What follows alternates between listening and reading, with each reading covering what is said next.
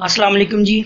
This is Mohammad Ahmad. आज बात करते हैं हम लोग स्विच स्टेटमेंट के बारे में। Switch statement simply if else की तरह काम करती है। जिस तरीके से इफ एल्स तक सेम लाइक वैसे ही काम करती है, लेकिन ये उसका अल्टरनेटिव है। स्विच स्टेटमेंट के अंदर और if else multi way if else के अंदर जो फर्क था वो ये था कि जो मल्टी वे इफ एल्स है उसके अंदर आप लोगों को मल्टीपल कंडीशंस देनी पड़ती थी, और उन कंडीशन की बेस के ऊपर जो पोर्शन जो कंडीशंस ट्रू होती थी उसी की बेस के ऊपर उसका जो पोर्शन है वो एग्जीक्यूट किया जाता था, बाकी को स्किप कर दिया जाता था।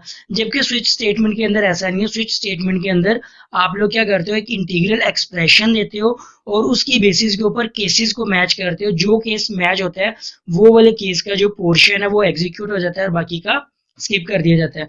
तो ज्यादा इसकी समझ आप लोगों को इसके सिंटैक्स के साथ आएगी। इसका सिंटैक्स देखते हैं किस तरीके से है। स्विच हमारे पास एक रिजर्व कीवर्ड है, जिस तरीके से इफ का एक रिजर्व कीवर्ड था। सेम लाइक कंडीशन क्राइटेरिया वही है। यहाँ पे हम लोग इंटीग्रल एक एक्सप्रेशन देते हैं, ठीक है। यहाँ पे एक्सप्रेशन देने के बाद करली ब्रेसिस के साथ इस स्विच की जो बॉडी है वो स्टार्ट हो जाएगी। देन आते हैं जी केसेस के ऊपर। केस एक रिजर्व वर्ड है। केस के साथ आप लोगों ने जो कंडीशन दी है उसी की बेस के ऊपर यहाँ पे केसेस बनाए जाएंगे। अगर तो आप लोगों ने कंडीशन के अंदर जो वैल्यूज आ रही है वो इंटीजर टाइप है तो यहाँ पर आप लोग क्या देते हो, इंटीजर वैल्यू देते हो। अगर तो वो कोई कौन आप लोगों के पास करेक्टर वैल्यू है तो देन यहाँ पे करेक्टर देते हो। फिर कॉलन, कॉलन के बाद क्या आएगा, इसका करली ब्रेसिस के साथ एरिया या इसका ब्लॉक बनेगा। अगर तो एक स्टेटमेंट है तो देन आप लोगों को करली ब्रेसिस की जरूरत नहीं है, लेकिन रिकमेंडेड अप्रोच यही होती है कि हमेशा इसके साथ करली ब्रेसिस को यूज किया जाए। Then break statement. Break statement का फंक्शन ये है कि ये अगर तो केस मेरे पास ये ट्रू है तो इसका ये वाला अगर पोर्शन एग्जीक्यूट होता है तो ब्रेक स्टेटमेंट क्या करेगी, इस पोर्शन से डायरेक्टली स्विच स्टेटमेंट से बाहर ले जाएगी। अगर इन केस ये सिचुएशन नहीं सही, ये केस ट्रू नहीं है, तो वो देन जाएगा केस ट्रू टू के पास। केस टू में भी सेम क्राइटेरिया ऐसे ही लगा जाएगा। केस थ्री के अंदर करते करते करते ये एन केस तक जाएगा। देन आ जाता है डिफॉल्ट केस, कि जितने भी केसेस दिए हुए हैं अगर उन केसेस में से कोई भी वैल्यू ट्रू नहीं हो रही, कोई भी केस मैच नहीं हो रहा, तो देन क्या करता है, डिफॉल्ट वाला जो केस है वो एग्जीक्यूट होता है। जिस तरीके से एल्स का पोर्शन था कि जब कोई भी कंडीशन ट्रू नहीं होती थी तो एल्स वाला जो पोर्शन था वो एग्जीक्यूट हो जाता था। तो सेम लाइक ऐसे ही है कि अगर कोई भी आप लोगों के पास कंडीशन ट्रू नहीं होगी, कोई भी केस मैच नहीं होगा, तो डिफॉल्ट का जो पोर्शन है वो एग्जीक्यूट होगा। यहाँ पे कोई भी केस मतलब कोई कंडीशन नहीं दी जाएगी, ठीक है। तो डिफॉल्ट का पोर्शन तब एग्जीक्यूट होता है जब कोई भी आप लोगों का केस मैच नहीं होता। तो देन यहाँ पे स्विच की जो बॉडी है वो एंड हो जाती है। अब कुछ बात करते हैं इसके रूल्स के ऊपर कि स्विच स्टेटमेंट के अंदर कौन से रूल्स हैं जो इंप्लीमेंट होते हैं। सबसे पहला रूल जो है कि जो एक्सप्रेशन देना है आप लोगों ने स्विच स्टेटमेंट के अंदर, जिसको हम लोग कंडीशन कहते हैं, जो एक्सप्रेशन देना है इंटीग्रल एक्सप्रेशन, वो क्या करना चाहे, आप लोगों को कांस्टेंट वैल्यू रिटर्न करता हो। अगर वो कांस्टेंट वैल्यू रिटर्न नहीं करता तो केस क्या होगा, वैलिड नहीं होगा। नंबर दो पे स्विच की जो बॉडी होगी वो इनक्लोज होगी करली ब्रेसिस के अंदर, क्योंकि मल्टीपल स्टेटमेंट्स आएंगी स्विच के अंदर, तो करली ब्रेसिस क्या करेगी, उस स्विच की बॉडी को बनाएगी, उस स्विच की बॉडी को कंप्लीट करेगी। नंबर तीन पे आ जाता है जी, each occurrence of the word case is followed by an integral constant and a colon. ठीक है, कि जो भी आप लोगों के पास केस होगा उस केस के अंदर केस का कीवर्ड लगेगा, यहाँ पे कोई इंटीग्रल कांस्टेंट आएगा, देन जो कॉलन है कॉलन इसके आएगा सेंटेक्स का हिस्सा होगा। तो कॉलन के बाद का जो पोर्शन होगा वो इस केस का क्या होगा, एग्जीक्यूशन पार्ट होगा। The default label is matched if none of the case label is matched। अगर डिफॉल्ट क्या करेगा तब एग्जीक्यूट होगा जब कोई भी केस मैच नहीं करेगा। इसमें नंबर 4 हम लोग छोड़ गए, डुप्लीकेट केस की जो वैल्यूज है वो अलाउ नहीं है। फर्ज करो कि आपने केस 1 दो बार लिख दिया तो वो अलाउ नहीं होगा, क्यों, क्योंकि ये जो केसेस होते हैं ये यूनिक होने चाहिए। देन डिफॉल्ट स्टेटमेंट ऑप्शनल होती है, आप लगाओ चाहे नहीं लगाओ, जैसे कि एल्स का पोर्शन ऑप्शनल होता था सम केसेस के अंदर कि आपने इफ लगा दिया है तो एल्स अगर नहीं भी लगाते हो तो सिस्टम सिर्फ सेंस ही नहीं देता लेकिन प्रोग्राम सही से एग्जीक्यूट होता है। सेम लाइक यहाँ पे डिफॉल्ट का काम है। ब्रेक स्टेटमेंट यूज की जाती है inside the switch statement to terminate the statement sequence, के ये जो ब्रेक स्टेटमेंट है, ब्रेक स्टेटमेंट इसलिए यूज की जाती है ताकि अगर ये वाला जो केस है ये ट्रू है, ये केस मैच हो रहा है, तो ये पोर्शन एग्जीक्यूट होने के बाद ब्रेक स्टेटमेंट क्या करेगी, इसको इस केस से भी बाहर लेके आएगी और इस स्विच के पोर्शन से भी क्या करेगी, बाहर निकाल देगी। अगर हम लोग ब्रेक स्टेटमेंट क्या करते हैं, एक्सक्लूड करते हैं, ब्रेक स्टेटमेंट नहीं लगाते हैं, तो देन क्या होगा, जो भी सीक्वेंस होगा वो उसको चलाना शुरू कर देंगे। इसकी ज्यादा क्लियर आप लोगों को समझ आएगी एग्जांपल्स के साथ। ब्रेक स्टेटमेंट भी ऑप्शनल है, डिपेंड करता है कि आपके पास क्राइटेरिया क्या है, आपके पास सिनेरियो क्या है। अगर आप लोग ब्रेक स्टेटमेंट को ओमिट करते हो, ब्रेक स्टेटमेंट नहीं लगाते हो, तो देन क्या होगा, जो सीक्वेंस होगा वो उसी तरीके से नेक्स्ट केस में, फिर उसके बाद नेक्स्ट केस में, उसके बाद नेक्स्ट केस में। और जो नेस्टेड स्विच है ये अलाउ की जाती है सी प्लस प्लस के अंदर, जिस तरीके से हमारे पास नेस्टेड इफ एल्स थी, सेम लाइक नेस्टेड स्विच भी अलाउ की जाती है सी प्लस प्लस के अंदर। अब बात करते हैं कुछ प्रोग्राम्स की जिनकी बेस के ऊपर हम लोग स्विच स्टेटमेंट को अच्छे तरीके से समझेंगे कि ये स्विच स्टेटमेंट काम किस तरीके से करती है। तो सबसे पहला जो प्रोग्राम है उसमें ये करना है कि यूजर से एक वैल्यू लेनी है या यूजर से एक नंबर लेना है और उसके कोरिस्पॉन्डिंग जो डिजिट है इंग्लिश के अंदर वो प्रिंट करा देना है। पहला प्रोग्राम तो होगा ये। फिर दूसरा प्रोग्राम ये है कि आप लोगों ने स्मॉल फंक्शनल कैलकुलेटर बनाना है जो रिथमेटिक ऑपरेशंस के साथ काम करता हो। तीसरा प्रोग्राम जो आपने बनाना है उसमें यूजर से कोई एक इनपुट लेनी है और डिस्प्ले करा देनी है उसके कोरिस्पॉन्डिंग जो डे ऑफ वीक्स है, ठीक है, कि कौन सा डे बन रहा है उस वीक का। और जो यूजर डिफाइंड नंबरिंग कोई भी ले सकते हो, मीन टू से कि आप फ्राइडे को फर्स्ट डे रख सकते हो, संडे को फर्स्ट डे रख सकते हो, सैटरडे को फर्स्ट डे रख सकते हो। ये डिपेंड करता है यूजर के ऊपर कि वो कौन सा वैल्यू रखता है फर्स्ट अपनी। नंबर 4 पे आ जाता है कि जी यूजर से एक वैल्यू लेनी है या यूजर से एक ग्रेड लेना है, उसके अकॉर्डिंग जो क्राइटेरिया है उसके अगेंस्ट वो प्रिंट कर देना है। अगर तो यूजर ने दिया है ए वैल्यू दी है, तो ए ग्रेड दिया है, तो उसके अगेंस्ट जो स्टेटमेंट प्रिंट होगी वो excellent for A grade. Same like B और सी के लिए वेल डन, ठीक है, और डी ग्रेड के लिए पास्ड और एफ ग्रेड के लिए फेल, और बाकी जितने भी ग्रेड्स इसके अलावा आएंगे उनके लिए इनवैलिड ग्रेड का आएगा ऑप्शन, या इनवैलिड ग्रेड की स्टेटमेंट आएगी। अब चलते हैं हम लोग अपने सी प्लस प्लस के पोर्शन की तरफ। यहाँ पे मैंने प्रोग्राम का जो बेसिक थीम है वो लिखा हुआ है, उससे आगे चलते हैं। तो पहला प्रोग्राम हमारे पास क्या था, यूजर से एक वैल्यू लेनी है, ठीक है, और उसके कोरस्पॉन्डिंग इंग्लिश का वर्ड जो है वो प्रिंट करा देना है। दैट्स मीन जो यूजर से वैल्यू लेनी है वो इंटीजर टाइप होगी। तो मैं क्या करता हूँ, एक इंट ले लेता हूँ वैल्यू, इसको मैं कर देता हूँ नंबर, और मैंने इसको क्या किया, टर्मिनेट कर दिया, यानी कि इंट नंबर को मैंने डिक्लेयर कर दिया।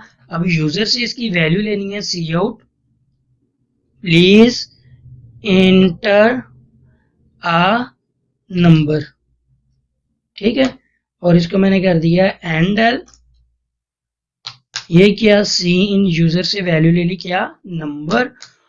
अब यूजर से कोई जो वैल्यू ली है उसी की बेस के ऊपर हम लोगों ने सेलेक्ट करना है कि ये कौन सा नंबर है। तो स्विच स्विच रिजर्व की वर्ड है, साथ ही उसने बोल्ड कर दिया। अब स्विच के अंदर जो हम लोग एक्सप्रेशन दे रहे हैं वो क्या है जी, ये नंबर होगा, ठीक है, और ये करली ब्रेसिस के साथ स्विच की जो बॉडी है वो एग्जीक्यूट हो जाएगी, यानी कि इसकी बॉडी क्या बनेगी, बन जाएगी, यहाँ से लेके यहाँ तक अब जितनी भी स्टेटमेंट आप इसके अंदर लिखोगे वो स्विच की बॉडी कहलाएगी। देन आ जाता है केस। केस एक हमारे पास रिजर्व वर्ड है। अब अगर यूजर ने दिया है 1, तो ये वो क्या है, कांस्टेंट वैल्यू है, ठीक है। इसके अगेंस्ट क्या करना है, करली ब्रेसिस के साथ मैं इसकी बॉडी बना देता हूँ, प्रिंट कर देना है जी सी आउट 1, ठीक है, या लिख दो यू इंटर्ड 1, ठीक हो गया, और इसको मैं एन डेल कर देता हूँ, ठीक हो गया जी। सेम लाइक मेरे पास केस 2, वैल्यू दे दी 2 कांस्टेंट, और यहाँ पे मैं दे देता हूँ सी आउट यू इंटर 2, और सेम मैं इसको कर देता हूँ एंड एल। अभी क्या करते हैं, इसको थोड़ा सा कॉपी पेस्ट करते हैं ताकि थोड़ा सा टाइम बच जाए। कंट्रोल सेलेक्ट किया, सबसे पहले कंट्रोल सी किया और ये मैं कंट्रोल वी कर देता हूँ। तो अब 2 के बजाय यहाँ पर क्या आएगा, 3 आएगा, 3 आ गया। और सेम लाइक मैं यहाँ पे जाके क्या करता हूँ, कंट्रोल वी और यहाँ पे आएगा 4। हम लोग सिर्फ 5 तक करेंगे क्योंकि आप इसको जहाँ तक मर्जी ले जाओ, तो हम लोग सिर्फ फर्स्ट 5 डिजिट्स के साथ काम करेंगे। एफ फॉर यूर 4 और सेम कंट्रोल वी और ये दे दिया 5 के लिए, एफ आई वी 5। प्रोग्राम को मैं क्या करता हूँ, कंपाइल करता हूँ। यहाँ से इतना लिखने के बाद प्रोग्राम हमारा सक्सेसफुली कंपाइल हो गया है। अब इसको मैं करता हूँ, रन करता हूँ। तो यूजर से कोई एक वैल्यू ली तो मैं यहाँ पर दे देता हूँ जी 6। फर्ज करो मैंने 6 दे दिया क्योंकि हमने 5 तक तो यहाँ पे क्राइटेरिया लिखा है, लेकिन मैंने दे दिया 6। तो 6 दिया, प्रोग्राम ने कोई भी सेंस नहीं दी और वो टर्मिनेट हो गया। ठीक है। अगर तो आप लोग डिफॉल्ट का ऑप्शन नहीं लगाते हो तो वो क्या करता है, जो क्राइटेरिया मैचिंग है अगर तो वो मैच हो रहा है तो वो उसको कर देता है एग्जीक्यूट, अगर नहीं हो रहा तो वो जस्ट उसको बाहर निकाल देते हैं। अब यहाँ पे देखो, इसके अंदर जो केस था एक रिजर्व वर्ड था, लेकिन इन दोनों के अंदर स्पेस भी जरूरी है। ठीक है। तो यहाँ पे मैं दे देता हूँ डिफॉल्ट का एक ऑप्शन कि अगर इन 5 के अलावा कोई डिजिट इंटर किया जाए तो सिस्टम उसको एक सेंस दे, सिस्टम उसको एक मैसेज दे कि जी जो आपने नंबर दिया ये इनवैलिड है। तो डिफॉल्ट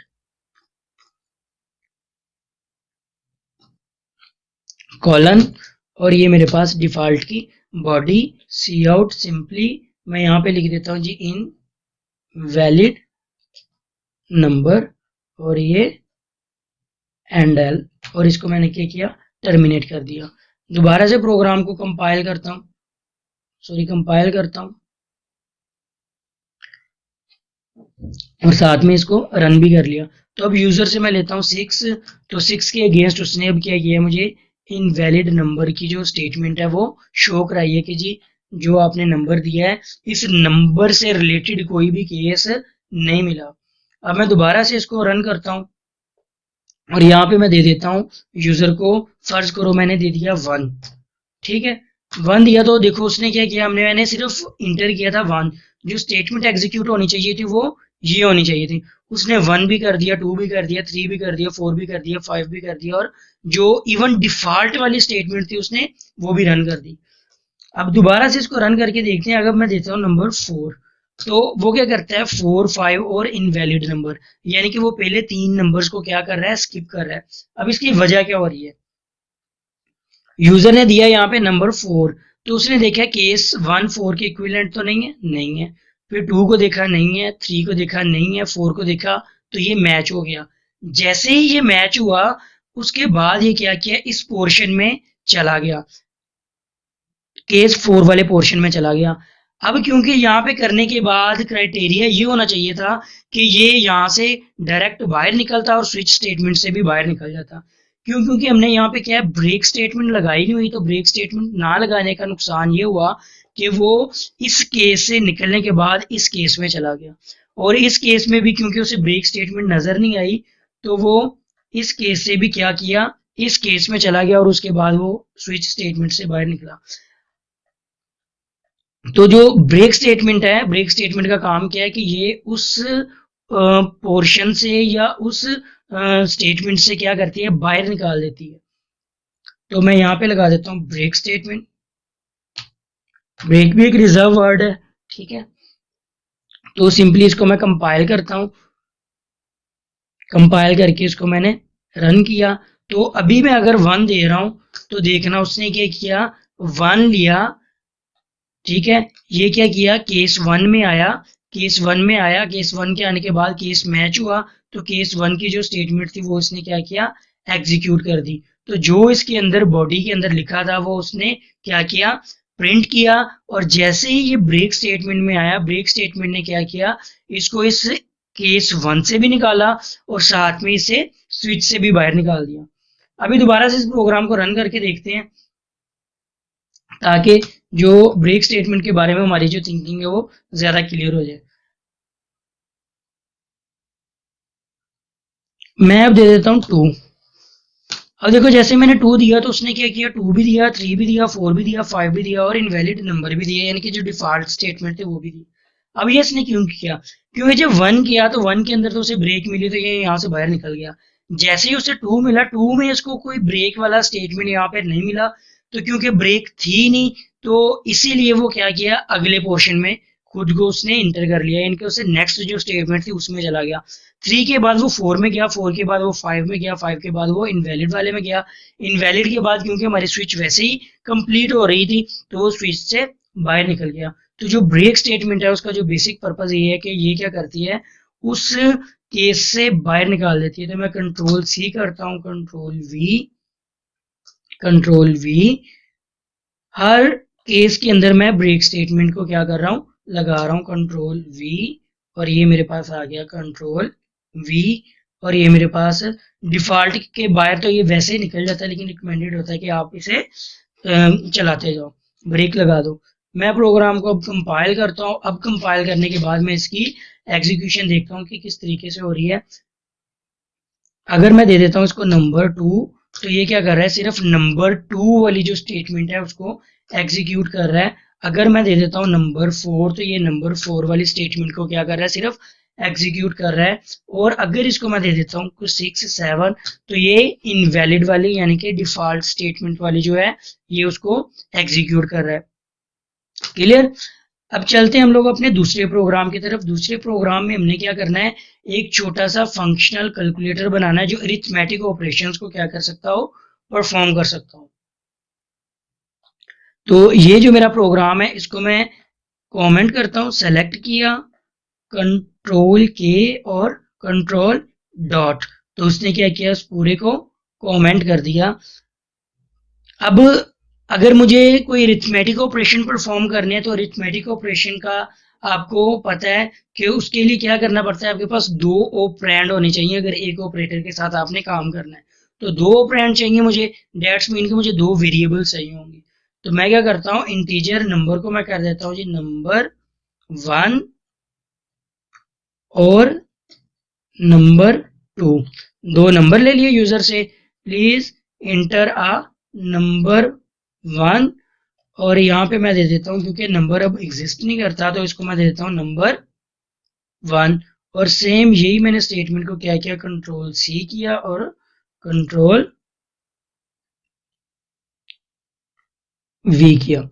अब ये मैं नंबर 2 के लिए वैल्यू चाह रहा हूँ और ये नंबर 2। अब देखो 2 नंबर हो गए यानी कि मेरे पास ऑपरेंड हो गए। अब मुझे चाहिए एक ऑपरेटर। ऑपरेटर क्योंकि हमेशा होता है कैरेक्टर टाइप, तो उसके लिए मैं क्या ले लेता हूँ, एक कैरेक्टर ले लेता हूँ या ओपीटी ले लेता हूँ, ओपीटी यानी कि ऑपरेटर के लिए। अब यूजर से क्या लेना है, ऑपरेटर के लिए नंबर लेना है, ऑपरेटर लेना यूजर से कोई भी, तो cout please select any operator of your choice. ये करने के बाद इसको मैं क्या करता हूं, ऑपरेटर की लिस्ट भी दे देता हूं कि ऑपरेटर कौन कौन से हैं, बैक स्लैश एन, यानी कि यहां से लाइन ब्रेक होगी, एडिशन, और यहां पे दे देता हूं प्लस, ठीक है, फॉर एडिशन प्लस कर दे, और back slash n for subtraction, इसको दे दे minus, back slash n for multiply, इसके लिए दे दे स्टेरिक, और बैक स्लैश एन आगे रह गया डिवीजन, डिवीजन डिवीजन के लिए दे दे उसको डिवाइड का। क्लियर। और यहाँ पे इसको मैं स्टेटमेंट को क्या करता हूँ, टर्मिनेट, और यूजर से कोई भी एक ओपीटी यानी कि ऑपरेटर ले। अब जो नंबर 1 और नंबर 2 और एक ऑपरेटर ले लिए, 3 चीजें हमारे पास कंप्लीट हो गई, यानी कि एक एक्सप्रेशन को कंप्लीट करने के लिए। अब मुझे दो काम कर सकता हूँ, या तो मैं डायरेक्ट क्या कर सकता हूँ, इनकी वैल्यूज को प्रिंट कर सकता हूँ, या मैं एक तीसरा वेरिएबल लेकर जो भी रिजल्ट आए उसमें स्टोर करूँ और वो रिजल्ट प्रिंट करूँ। तो बजाय तीसरे वेरिएबल को लेने के हम लोग इन्हीं के साथ काम करते हैं। तो जो कंडीशन लगेगी वो स्विच स्टेटमेंट के लगेगी, क्योंकि जो भी ऑपरेंड होंगे, असल में जो काम करेगा वो क्या करेगा, आपका ऑपरेटर। तो जो ऑपरेटर होगा उसी के ऊपर आपकी केसेस बनेंगे। ये स्विच स्टेटमेंट और ये स्विच का ब्लॉक बना दिया हम लोगों ने। तो जो केस 1 है, पहले के अंदर हम लोगों ने क्या लिया था, इंटीजर वैल्यूज ली थी। अब करेक्टर वैल्यू में तो मैं क्या कर देता हूँ, प्लस। तो ये मेरे पास क्या बन जाएगा, प्लस के लिए केस बन जाएगा, cout result of both, result of, या सिंपली रिजल्ट दे देता हूँ, ये किया।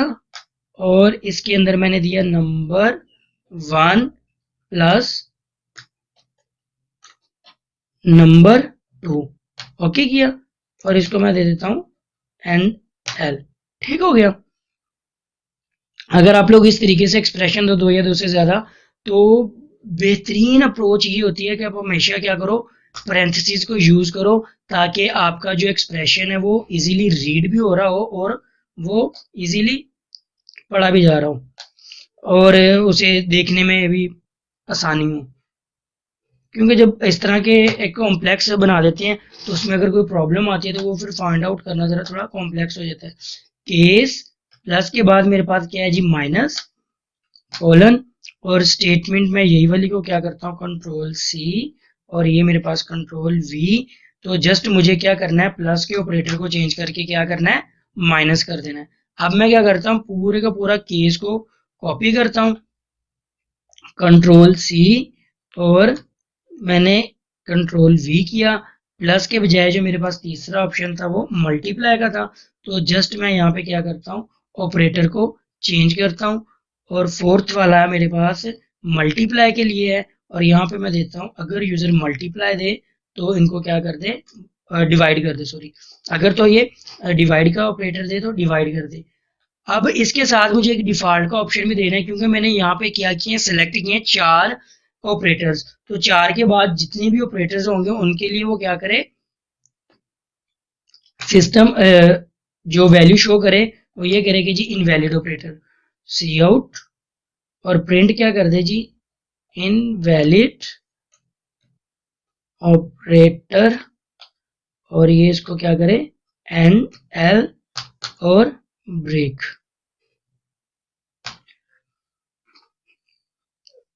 प्रोग्राम को मैं क्या करता हूँ, कंपाइल और रन। प्रोग्राम कंपाइल किया, प्रोग्राम कंपाइल सही हो गया। अब देखो, सबसे पहले देना है जी नंबर 1, तो नंबर 1 में दे देता हूँ जी इसको 12, दे दिया। अब मुझे नंबर 2 के लिए वैल्यूज देनी है, तो नंबर 2 में दे देता हूँ जी 34। सॉरी, ये इंटर प्रेस हो गया तो ये नीचे चला गया। ये 34 दे दी, ये वैल्यू यहाँ पे आ रही है, ठीक है। इसको सही करते हैं अभी, 34 दे दी,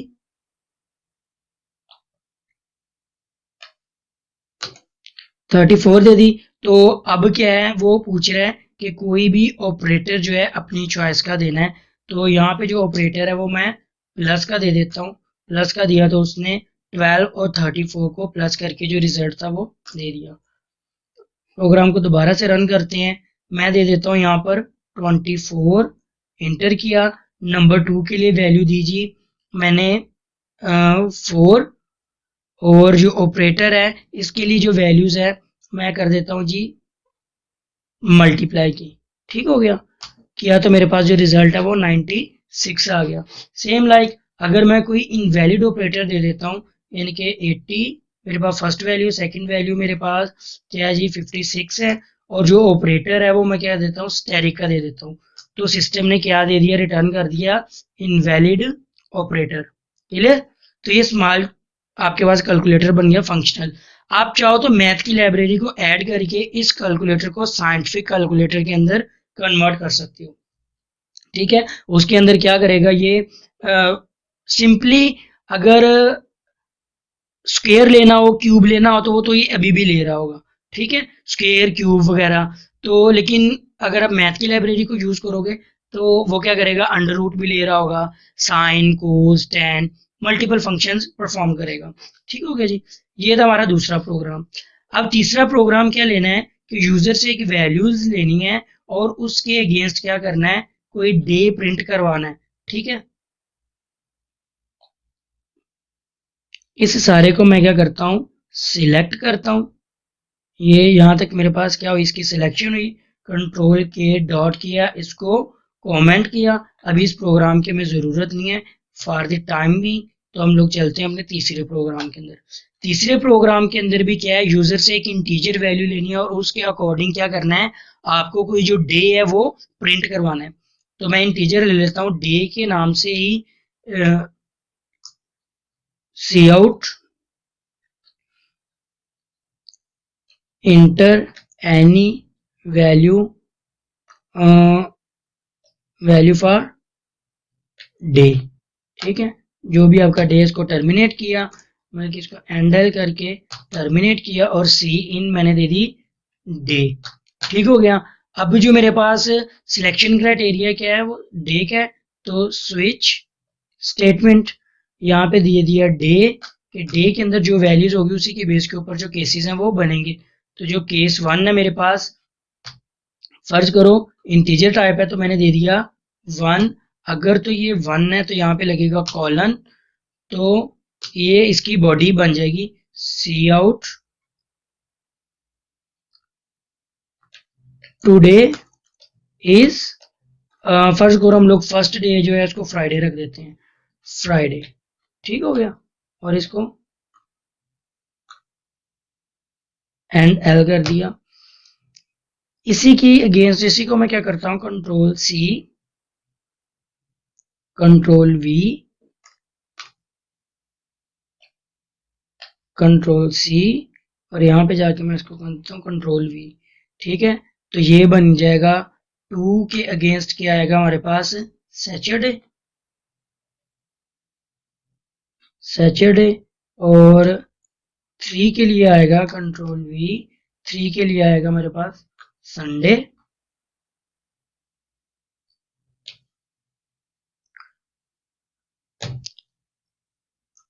7 डेज होंगे 4, और ये हो गया 5 के लिए, ये हो गया 6 के लिए, और ये हो गया 7th डे के लिए।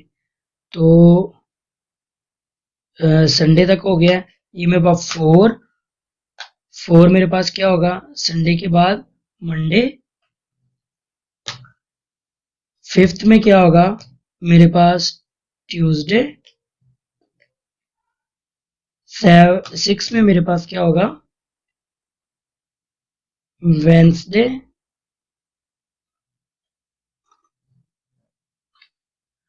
और 7 मेरे पास फाइनली क्या होगा, थर्सडे।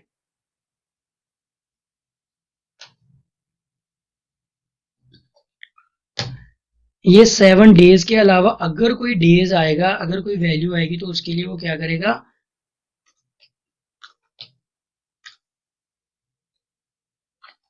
डिफॉल्ट का जो बिहेवियर है वो शो करेगा सी आउट। अब इसमें हम लोग एक चीज छोड़ गए, ब्रेक स्टेटमेंट किसी में भी नहीं लगाई, तो ब्रेक स्टेटमेंट को हम लोग इसमें एग्जीक्यूट कर देते हैं, इन वैलिड डे, और इसको टर्मिनेट कर दिया। और ब्रेक स्टेटमेंट क्योंकि हमें सभी के साथ लगानी पड़ेगी, क्योंकि अगर ब्रेक स्टेटमेंट नहीं लगाएंगे तो वो क्या करेगा, सारे के सारे जो केसेस हैं उनको एग्जीक्यूट कर देगा। जहां पर भी केस मैच करेगा उसके बाद में जितने भी उसको केसेस मिलेंगे उन सारे के सारे केसेस को वो क्या करेगा, रिपीट कर एग्जीक्यूट कर देगा। तो मैं सभी केसेस में जाके क्या कर रहा हूँ, ब्रेक स्टेटमेंट लगा रहा हूँ, control V control V control we, और ये मेरे पास लास्ट जो है इसके लिए कंट्रोल वी। कंपाइल किया, कंपाइल करने के बाद इसको रन करते हैं। अब यूजर से कोई भी वैल्यू ले लेता हूँ, फर्ज करो मैंने यूजर्स को वैल्यू दे दी 9, तो 9 के अगेंस्ट क्या होगा, डिफॉल्ट का जो बिहेवियर है वो शो हो रहा है कि इनवैलिड डे मेरे पास आ रहा है।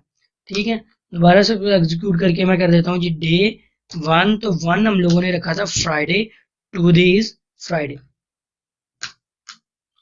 सेम लाइक अगेन इसको मैं प्रिंट कर देता हूँ, तो जो हमारे पास लास्ट डे था 7 डे हमारे पास क्या था, थर्सडे आ गया।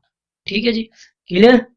ये हो गया हमारा अगला प्रोग्राम कि स्विच स्टेटमेंट के अंदर आप लोग किस तरीके से क्राइटेरिया क्या है। स्विच स्टेटमेंट को मैं क्या नेक्स्ट प्रोग्राम देखते हैं क्या है। नेक्स्ट प्रोग्राम में क्या करना है जी, यूजर से कोई एक ग्रेड लेना है और उसके अकॉर्डिंग क्या करना है, कोई एक स्टेटमेंट प्रिंट कर देनी है। अगर तो ग्रेड ए दिया है, बी दिया है, सी दिया है, डी दिया है, जो भी दिया है उसके अगेंस्ट क्या करना है, उसको कोई भी वैल्यू कोई भी स्टेटमेंट प्रिंट करा देनी है। तो ग्रेड है, ग्रेड जार सी बात है A B C D E है, तो ग्रेड के लिए क्या करना है, हमें करेक्टर वैल्यू चाहिए। तो मैं इसको थोड़ा सा चेंज कर रहा हूँ, वैल्यू को ले ले रहा हूँ करेक्टर, तो इसको वैल्यू नेम दे देता हूँ ग्रेड का, और यहाँ से यूजर से ले लेना है ग्रेड। ठीक है, इंटर ग्रेड, ठीक हो गया, ऑब्टेन्ड ग्रेड। ठीक है, यूजर ने कोई वैल्यू लिया, जो भी ग्रेड लिया उसके ग्रेड के अगेंस्ट उसको ग्रेड शो कर दे। तो यहाँ पे जो वैल्यू लगेगी वो ग्रेड की लगेगी, ग्रेड। ठीक है, अब क्योंकि ये वाले जो केसेस हैं ये हमारे पास नहीं चलेंगे, तो केसेस क्या होंगे, करेक्टर टाइप। अगर तो यूजर ने दे दिया ए ग्रेड, तो यहाँ पे मुझे प्रिंट क्या करना है, योर ग्रेड इज एक्सीलेंट। ठीक हो गया जी, योर ग्रेड इज एक्सीलेंट, और उसको मैंने क्या किया, कंट्रोल सी, क्योंकि बार बार इसके अंदर चेंजेस करने से बेहतर है कि इसको मैं जस्ट कॉपी पेस्ट कर लूँ। तो ये वाला जितना भी था 7 तक, इसको मैंने क्या किया, डिफ़ॉल्ट को छोड़ देते हैं, डिफ़ॉल्ट में हम लोगों ने क्योंकि लिखना है, तो डिफ़ॉल्ट को छोड़ने के बाद जितने भी हैं उसको मैंने क्या किया, सारे को कट कर दिया, कंट्रोल वी। अगर तो मेरे पास ग्रेड क्या है, ग्रेड मेरे पास ए के बाद ग्रेड मेरे पास क्या है, बी, तो बी के लिए क्या करना है, योर ग्रेड इज क्या था बी के अगेंस्ट, वेल डन। ठीक है, your grade is well done. ठीक हो गया, क्योंकि बी और सी दोनों के अगेंस्ट क्या थी, सेम वैल्यू थी, कंट्रोल वी। तो इसको मैंने क्या किया, कंट्रोल सी। ठीक है, ए बी सी इसके लिए भी सेम था, वेल डन,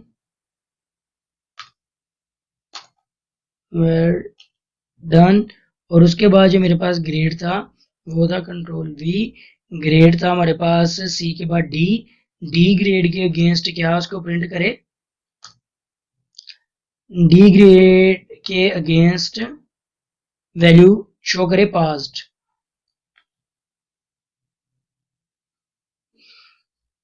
डी के बाद क्या था, फेल का, कंट्रोल वी। अगर तो ग्रेड ले लेता वो एफ, तो इसको दे दे फेल्ड। और इनके अलावा अगर कोई दे तो उसको दे दे जी इनवैलिड ग्रेड।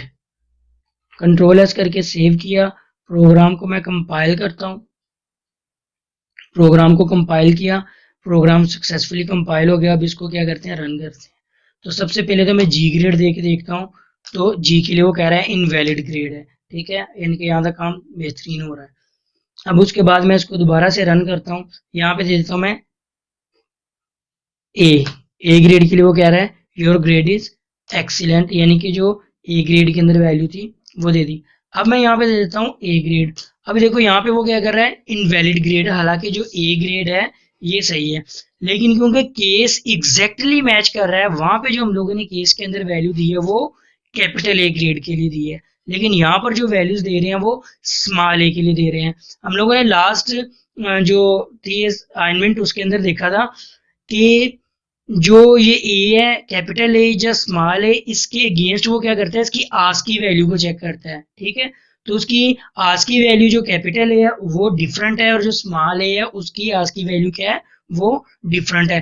दैट्स वाई कि ये स्मॉल ए और कैपिटल ए के अंदर डिफरेंस रखता है। तो वहां पे जो क्राइटेरिया है, मैचिंग क्राइटेरिया, वो है कैपिटल ए का, लेकिन जो वैल्यूज दे रहे हैं वो हम लोग स्मॉल ए दे रहे हैं। तो मैं यहाँ पर क्या कर देता हूँ, सेम लाइक जो मल्टीपल केसेस हैं वो किसी एक स्टेटमेंट के साथ आप लोग एसोसिएट कर सकते हो, जिस तरीके से मैं स्मॉल ए को एसोसिएट कर रहा हूँ और कैपिटल ए को एसोसिएट कर रहा हूँ इस ब्लॉक के साथ।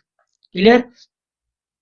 सेम लाइक ये केस को मैंने उठाया, कंट्रोल सी और कंट्रोल वी किया, और ये कैपिटल बी के लिए हो जाएगा। ठीक है, अब वो स्मॉल बी को भी क्या कर रहा है, रिकॉग्नाइज कर रहा है। स्मॉल सी डी जितने भी हमारे पास केसेस हैं उन सभी केसेस को वो क्या करेगा, रिकॉग्नाइज करेगा। डी के लिए कंट्रोल वी, और ये मेरे पास आ गया स्मॉल डी, और यहाँ पे वैल्यू आ गई कंट्रोल स्मॉल एफ। ठीक हो गया। यहाँ पे देने के बाद इसको एग्जीक्यूट करेगा। कंपाइल किया और इसको मैं रन करता हूँ। प्रोग्राम को रन किया, ये मेरे पास दे दिया जी स्मॉल ए, तो स्मॉल ए के लिए वो वैल्यू दे रहा है, your grade is excellent. Same like अब इसको मैं रन करता हूँ, मैं स्मॉल सी देता हूँ तो स्मॉल सी के लिए भी वो वैल्यू दे रहा है, वेल डन। अब आप दो या दो से ज्यादा केसेस को भी मैच कर सकते हैं। तो अब ये देखो, बी और सी के लिए जो स्टेटमेंट थी वो सेम थी, तो हम लोग क्या कर सकते हैं, इन चार केसेस को सेम कर सकते हैं। प्रोग्राम को कंपाइल किया, कंपाइल करने के बाद इसको रन किया, तो इसको दे देते हैं जी कैपिटल या स्मॉल सी दे देते हैं। तो स्मॉल सी के लिए भी वो क्या कर रहा है, वो स्टेटमेंट एग्जीक्यूट कर रहा है जो बी के लिए एग्जीक्यूट कर रहा था। तो मल्टीपल केसेस भी आप लोग दे सकते हो किसी एक स्टेटमेंट के अगेंस्ट। यहाँ तक किसी चीज की समझ नहीं आई, कोई प्रॉब्लम है समझने में, तो आप लोग कमेंट सेक्शन के अंदर पूछ सकते हैं। तब तक के लिए अल्लाह हाफिज।